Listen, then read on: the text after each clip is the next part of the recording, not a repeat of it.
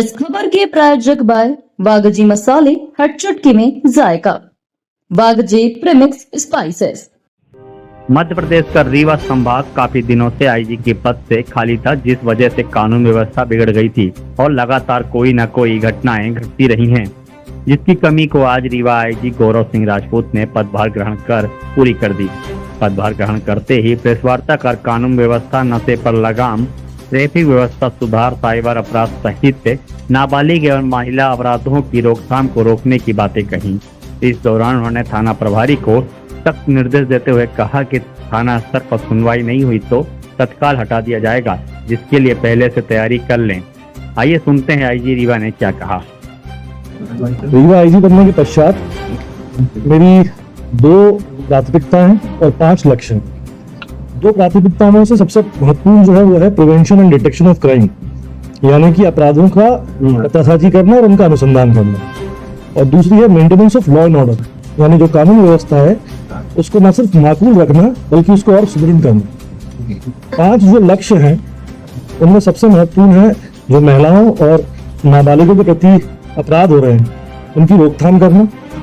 Number 2, जो नशाखोरी बढ़ रही है, जो कोरेक्स और बाकी सब फेंसिडिल वगैरह सप्लाई किए जा रहे हैं, उनकी पीछे जो नकाबपोश है उनका पर्दाफाश करना।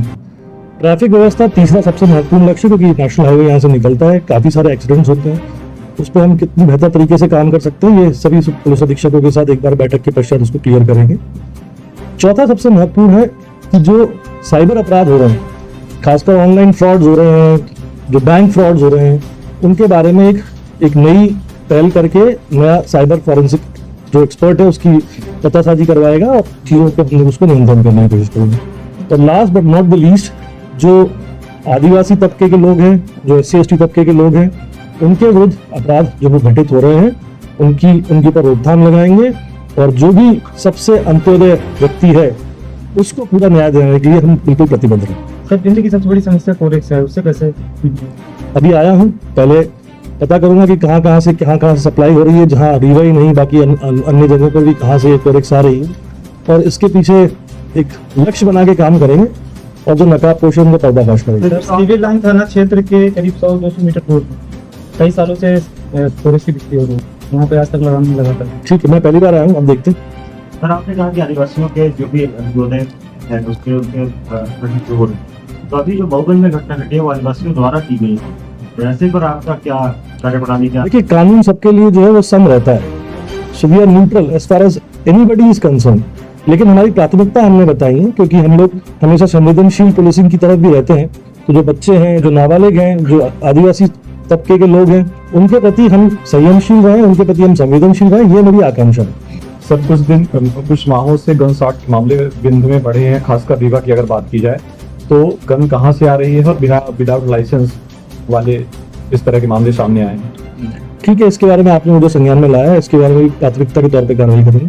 सर, रीवा में ट्रैफिक की सबसे बड़ी समस्या है। मैंने आपको पहले बताया, ट्रैफिक जो है उसको सुधारने के लिए पुलिस अधीक्षकों के साथ एक बार बैठक लेंगे और देखेंगे किस तरह से उसमें कुछ नया नवाचार करके किस तरह से ट्रैफिक व्यवस्था को सुचारू रूप से सुदृढ़ किया जा सकता है। आपने सड़क दुर्घटनाओं की बात की है, तो सुहागपुर में आए दिन एक्सीडेंट होते हैं और कई बार बैठकें हो चुकी हैं, PWD और डिपार्टमेंट के लोग बैठक कर चुके हैं, लेकिन ये जो मामला है केवल बैठक के ही सीमित रहता है। आप इसको कैसे सॉल्व करेंगे? क्योंकि आए दिन वहाँ एक्सीडेंट होते हैं। हमने कहा कि हम सिर्फ बैठक तक सीमित नहीं रहेंगे, हम नवाचार करेंगे, जिस भी क्षेत्र में नवाचार की आवश्यकता है उस क्षेत्र में नवाचार करेंगे। मेरी प्राथमिकताओं में जितने जिले हैं उन जिलों की सबसे पहले जो रात्रि गश्त व्यवस्था है उसको सुदृढ़ करना है, उसमें नवाचार करना है, और ऐसे जहां जहां हमको मौके मिलेंगे, जहां जहां हम इम्प्रूव कर सकते हैं वहां हम इम्प्रूवमेंट करने की कोशिश करें। तो देखा जाता है कि थाने स्तर पर लोगों की सुनवाई नहीं हो पाती, जिसकी वजह से बड़ी घटनाएं घटती हैं और बड़े अधिकारियों पे लोग चक्कर लगाते रहते हैं, तो उसको कैसे मैनेज करें? थाने स्तर पर सुनवाई ना होने के बारे में मैं बिल्कुल स्ट्रिक्ट हूँ कि अगर मुझे ये पता चला कि थाना प्रभारी ने जानबूझकर लापरवाही पूर्वक अगर सुनवाई नहीं करी है या किसी अन्य तरीके से उसने पुलिस की गरिमा को गिराने की कोशिश करी, तो फिर वो थाना प्रभारी नहीं रहेगा। सर, जनता और पुलिस के बीच जो गैप बढ़ गया है उसको कम करने की क्या है?